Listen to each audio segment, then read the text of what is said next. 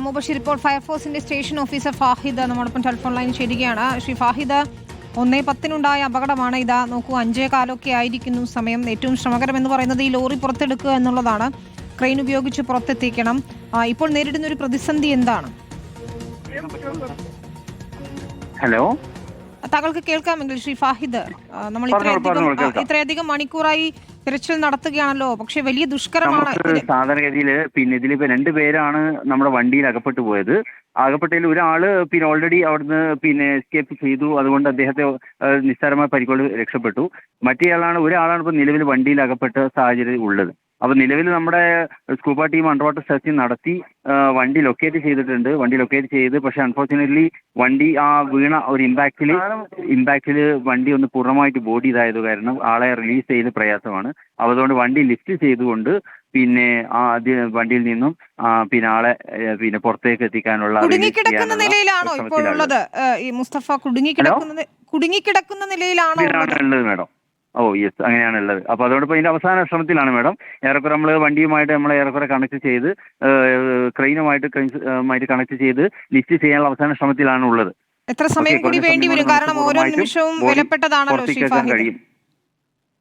എത്ര സമയം വേണ്ടി വരുമെന്നാണ് കരുതുന്നത്? കാരണം ഓരോ നിമിഷവും വിലപ്പെട്ടതാണല്ലോ, ഇത്രയധികം മണിക്കൂറുകളായി. തീർച്ചയായിട്ടും ഇതാണ് നമ്മൾ കുറഞ്ഞ സമയം കൊണ്ട് ഈ കണക്ട് ചെയ്ത് നമുക്ക് ഇനിയിപ്പോൾ കുറഞ്ഞ സമയം കൊണ്ട് നമുക്ക് നമ്മുടെ ഈ ഒരു ദൗത്യം പൂർത്തിയാക്കാൻ കഴിയുമെന്നാണ് നമ്മൾ വിശ്വസിക്കുന്നത്. ശരി, വളരെ നന്ദി. ശ്രീ ഫാഹിദ്, സ്റ്റേഷൻ ഓഫീസറാണ് സംസാരിച്ചത്. ഫയർ സ്റ്റേഷൻ ഓഫീസറാണ് സംസാരിച്ചത്. നമുക്ക് അദ്ദേഹം പറയുന്ന അനുസരിച്ചാണെങ്കിൽ ഇതിപ്പോൾ ക്രെയിനുകൾ ഘടിപ്പിച്ചു കഴിഞ്ഞിട്ടുണ്ട്. അപ്പോൾ എത്രയും പെട്ടെന്ന് പുറത്തെത്തിക്കാനാകും ലോറി എന്നതാണ്.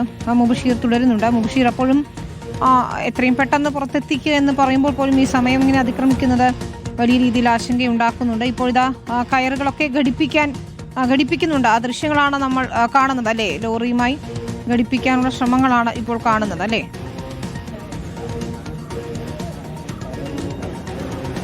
തീർച്ചയായും ഇത് ആദ്യഘട്ടത്തിൽ ഘടിപ്പിച്ചിരുന്ന റോപ്പിന്റെ നീളം കുറവായതുകൊണ്ട് മറ്റൊരു റോപ്പ് ക്രെയിനിൽ ഘടിപ്പിച്ചതിന് ശേഷം താഴേക്ക് ഇറക്കുന്ന കാഴ്ചയാണ്. ഏറ്റവും പ്രതീക്ഷാ നിർഭരമായിട്ടുള്ള നിമിഷങ്ങളാണ്.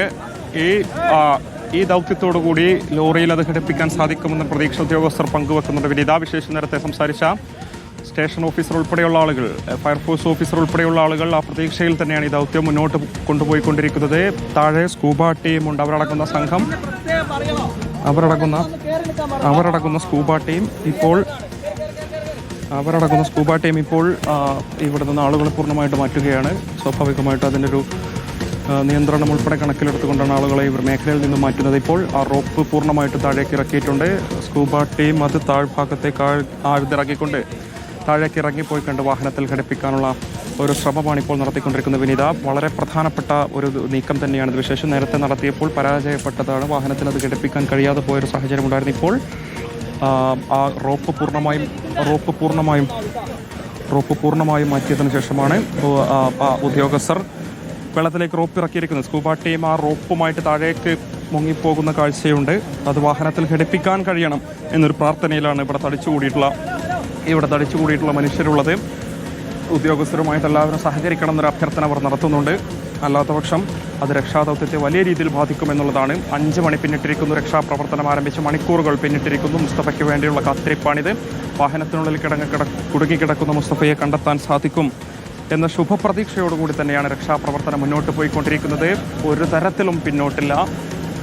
ഒരു തരത്തിലും പിന്നോട്ടില്ലാതെയുള്ള പ്രവർത്തനങ്ങളുമായിട്ട് ഫയർഫോഴ്സ് ഉദ്യോഗസ്ഥരും നാട്ടുകാരും വളരെ സജീവമായിട്ട് ഈ ദൗത്യത്തിൽ ഏർപ്പെട്ടുകൊണ്ട് മുന്നോട്ട് പോകുന്ന ഒരു കാഴ്ചയാണ് വരിക.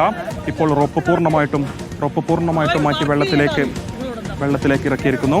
വെള്ളത്തിലേക്ക് ഇറക്കിയതിനു ശേഷം ആ വാഹനത്തിൽ ഘടിപ്പിക്കാൻ സാധിക്കുമോ എന്നുള്ളതാണ് ഇനി കാണേണ്ടത്. ഘടിപ്പിക്കാൻ സാധിക്കണമെന്ന പ്രാർത്ഥനയോടുകൂടി ഇവിടെയുള്ള ഓരോ മനുഷ്യരും തടിച്ചുകൂടിയിരിക്കുന്നു.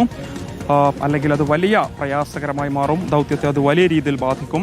അതുണ്ടാകാതെ തന്നെ വാഹനത്തിൽ അത് ഘടിപ്പിച്ച് വാഹനം പുറത്തെടുക്കുന്നത് വഴി മുസ്തഫയെ നമുക്ക് രക്ഷപ്പെടുത്താൻ സാധിക്കട്ടെ എന്നുള്ളതാണ് ഓരോ മനുഷ്യരും നമ്മളോടും പങ്കുവെക്കുന്നത്.